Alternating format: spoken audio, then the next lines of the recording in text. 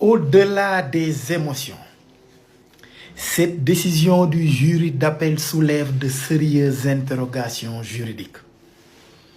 La saisine annoncée du tribunal arbitral du sport par la Fédération sénégalaise de football pourrait marquer un tournant décisif dans ce dossier, tant les précédents jurisprudentiels du TAS bien sûr semblent fragiliser la position de l'instance continentale et du Maroc. Pour rappel, le jury d'appel de la Confédération africaine de football a infirmé la décision initiale de la commission de discipline. Cette dernière avait confirmé la victoire du Sénégal avant de prononcer des sanctions financières à l'encontre des deux fédérations, que sont la Fédération sénégalaise et la Fédération marocaine, et infliger des suspensions de plusieurs matchs aux joueurs concernés. Du côté sénégalais, Pape Thiaw, Iliman Ndiaye et Ismaïla Sarr avaient été sanctionnés. Tandis que pour le Maroc, Ismaïl Saïbari et Achraf Hakimi avaient écopé de mesures disciplinaires. Cependant, l'interprétation du jury d'appel des articles 82 et 83 du règlement de la CAN apparaît contestable, car ces textes concernent spécifiquement les matchs définitivement arrêtés, sachant que le match du Sénégal en réalité avait repris. Alors que la finale entre le Maroc et le Sénégal s'est déroulée jusqu'à son terme avec la remise du trophée au vainqueur, ce qui fragilise la légitimité de sa décision. Il y a un principe fondamental, d'accord, au TAS. Ce principe, c'est quoi? C'est la primauté du terrain, la primauté du résultat. Et le Sénégal avait gagné par 1-0. Le droit du sport tel qu'interprété par le TAS consacre un principe constant selon lequel le résultat acquis sur le terrain doit primer dès lors que le match est arrivé à son terme. Dans cette finale, après une interruption, l'arbitre a ordonné la reprise du jeu et la rencontre s'est achevée normalement. En s'appuyant sur les lois du jeu édictées par l'International Football Association Board, IFAB, notamment la loi 5, l'arbitre demeure le seul maître du match. Dès lors qu'il valide la reprise et la fin de la rencontre, l'incident est juridiquement purgé.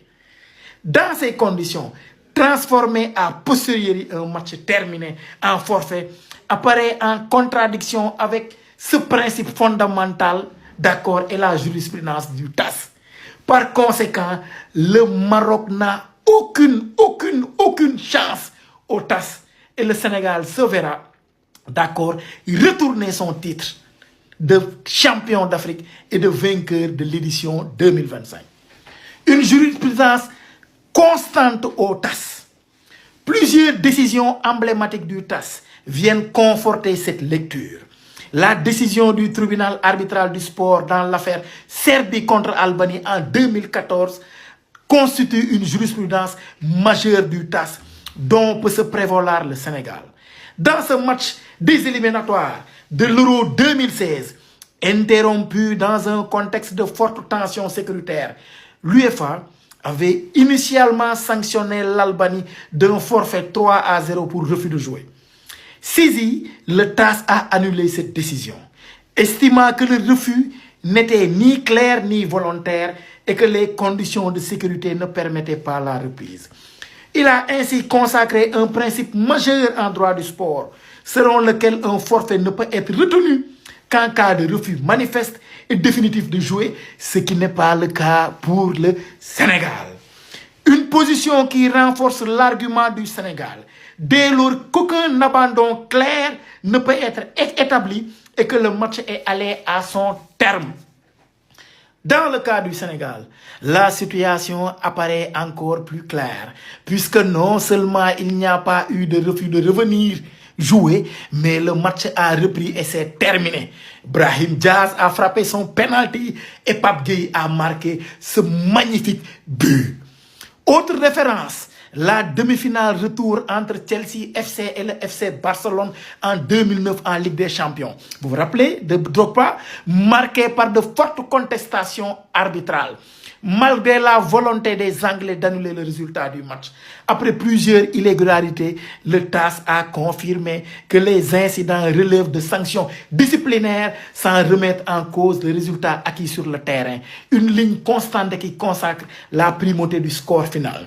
Et si vous vous rappelez, la première décision de la commission de la CAF, c'était une décision pareille. Le Sénégal a été sanctionné, il y a eu des sanctions disciplinaires, mais le résultat, Sénégal, Maroc 1-0 était confirmé, retenu et entériné. L'absence d'intention d'abandon. Dans la jurisprudence du TAS, la notion de refus de jouer constitue un élément déterminant pour justifier un forfait.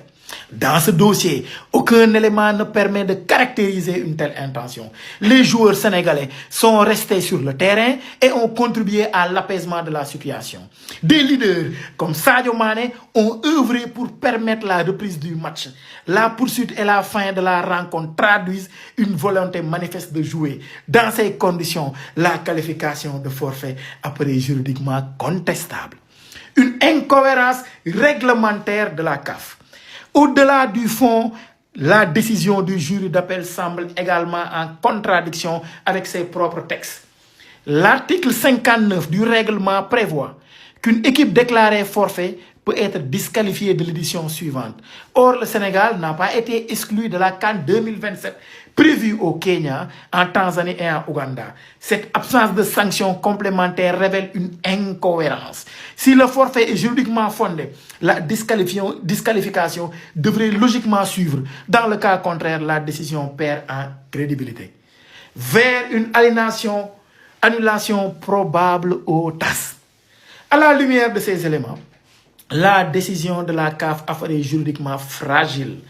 Entre la primauté du résultat acquis sur le terrain, l'absence de refus de jouer, la reprise effective du match et les précédents constants du TAS, tous les indicateurs convergent vers une possible annulation de la décision.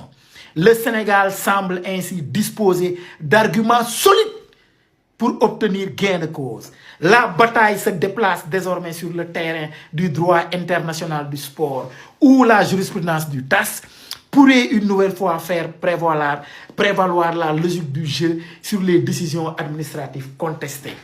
Par conséquent, encore une fois, le Maroc n'a aucune chance, aucune chance dans cette affaire de se voir octroyer une quelconque victoire au détriment du Sénégal. Le Sénégal reste champion d'Afrique et restera champion d'Afrique. Le Sénégal a gagné sur le terrain et le Sénégal gagnera juridiquement auprès du TAS. Parce qu'en réalité, toutes les règles en réalité du sport donnent victoire au Sénégal.